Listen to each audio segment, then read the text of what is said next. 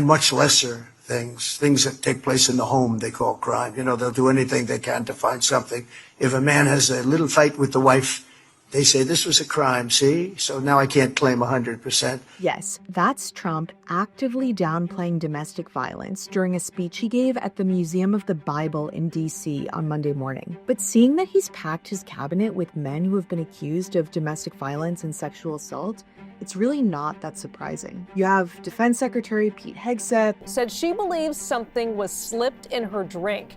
She also recalled saying no a lot while in a hotel room with Hegseth, and that he stopped her from leaving that room.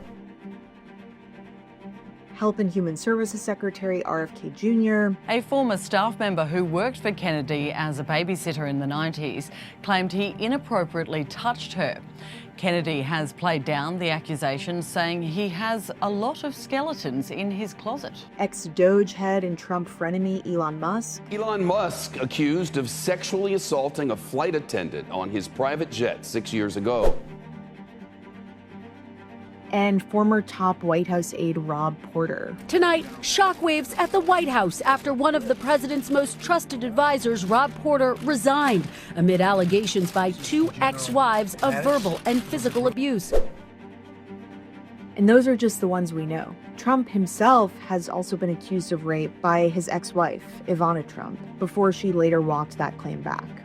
And there's a litany of other accusations against the president, which he, of course, denies. At least 12 women who have brought forward claims on the record about President Trump's past behavior, alleging actions ranging from sexual harassment to sexual misconduct to, in some cases, sexual assault. I was curious about what activists working to fight DV thought about Trump's latest comments. I called up Dawn Dalton, the executive director of the DC Coalition Against Domestic Violence. She told me the frequency and harm of domestic violence are not paid enough attention to, and remarks like the president's certainly underscore that truth. The White House, on the other hand, responded how they normally do, with insults and gaslighting. Spokesperson Abigail Jackson claimed that Trump was not trying to downplay domestic violence and said that any reporter like me who was suggesting otherwise was a fake news hack.